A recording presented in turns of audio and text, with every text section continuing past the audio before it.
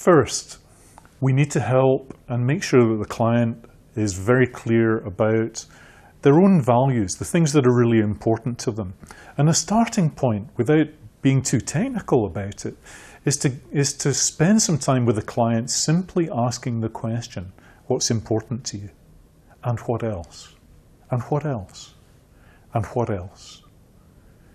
They might need to go away and think about that. Give them time to build up their brainstorm list.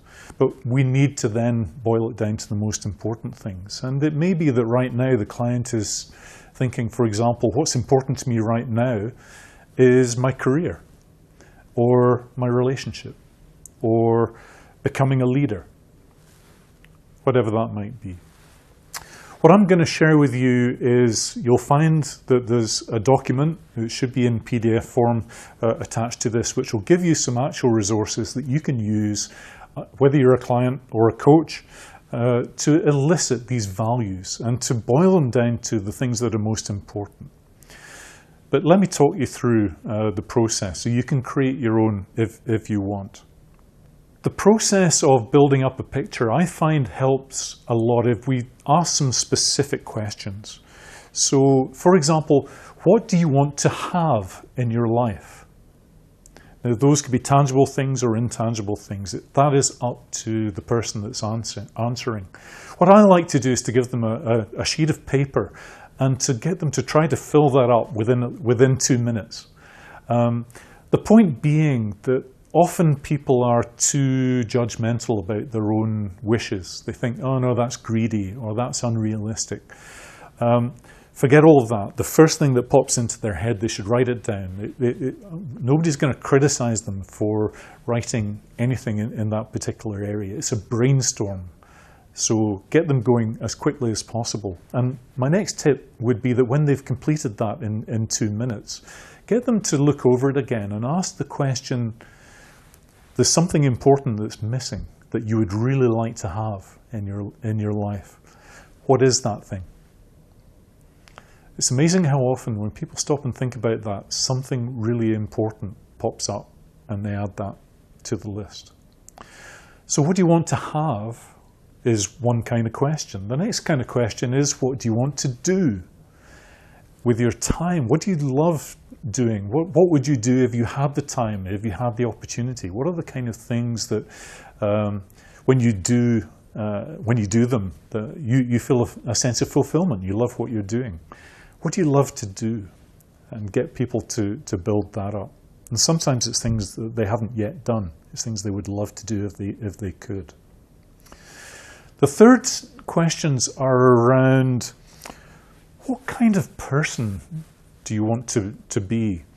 Now this could be, for example, think of people that you really admire. Why do you admire them? What is it about them that leads you to admire them? It tells you a lot about what people value or would value in themselves. Now, those people could be relatives, they could be teachers, they could be mentors, they could be people from the media, they could be fictional characters from movies, they could be politicians or religious leaders, up to them. But the key thing is, what are the characteristics of those people that they really admire? And at the end of the day, what we're trying to do here is to draw out what people want to be remembered for, which is not that they owned a Ferrari or any of those kind of material things. This is about the kind of person that the people that are important to them would remember them for. Now, another way of approaching this, and you can do this as well, and I've found this quite powerful with a number of clients, and when I did it myself, would be to get them to write about their perfect day. This is an imaginary day that probably hasn't happened yet. But from the moment of waking up until the moment they go to sleep at night, to simply write down everything that would happen, everything that would be around them in that day, what they would do, who they would be with, where they are, what the situation is, and just let it flow. Get it written down. I did this, I think, 14 years ago, and I still remember my description of my perfect day. Parts of it have happened, not all of it yet. Other tools exist. Now, you could be using, for example, Martin Seligman's happiness survey. You could be thinking about quality of life surveys. There are things like work-life balance surveys. So whatever you've got here that helps people to work out what's in balance and what they need to work on to take it forward. But whatever is developed there, there's a lot of information, and I've also added a page in there with, I think there must be about 70 or 80 words of values, which if all else fails, you or your client can work through them and pick out the words that are most important to you. But there's a lot of information there, far too much. So the key skill and the key process that you need to take your client through here is to boil down all of that information into a manageable size. Now, what that means is to, initially, I recommend picking 5 values from everything that's been done. 5 words or short statements that describe the things that are most important. Everything else may be important, but these 5 are the ones that are most important above all else. I would also get them to write down a short description of what they mean by that. Because, for example, if somebody says health, well, that could be physical health, it could be mental health, it could be healthy relationships. There are all sorts of different ways of thinking about that. So just get them to nail down what they mean right now, so that that's absolutely clear to both of you going forward. But even 5 values is too much to bear in mind all of the time. We need to be guided even better than that.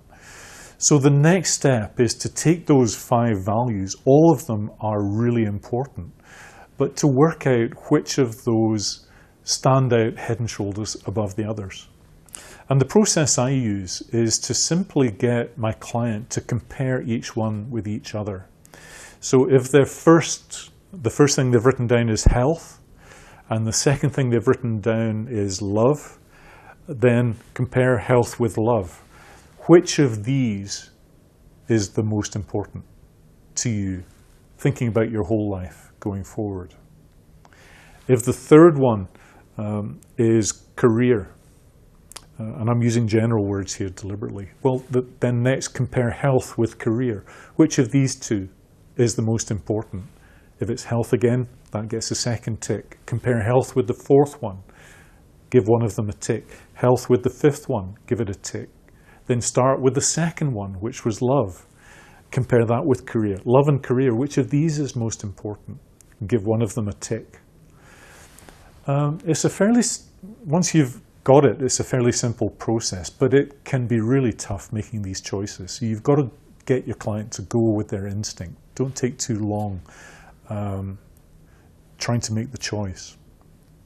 And what will generally happen is that one of these 5 will win out over all of the others, or pretty close to that. You might get 2 at the top of the list that score equally. That is the starting point for your work as a coach. You've got to make sure that your client is building that into all of their decisions going forward. Now, no matter, even in 6 months or a year's time or 5 years' time, if you're still working with them, you should be able to pull them back to that value and the others if you can, and make sure that they are still making choices that make sure that they have the greatest opportunity to have this built into their lives, their career, whatever's important to them. So this section is about how to elicit core values in your client. I hope you've found this useful. Over to you.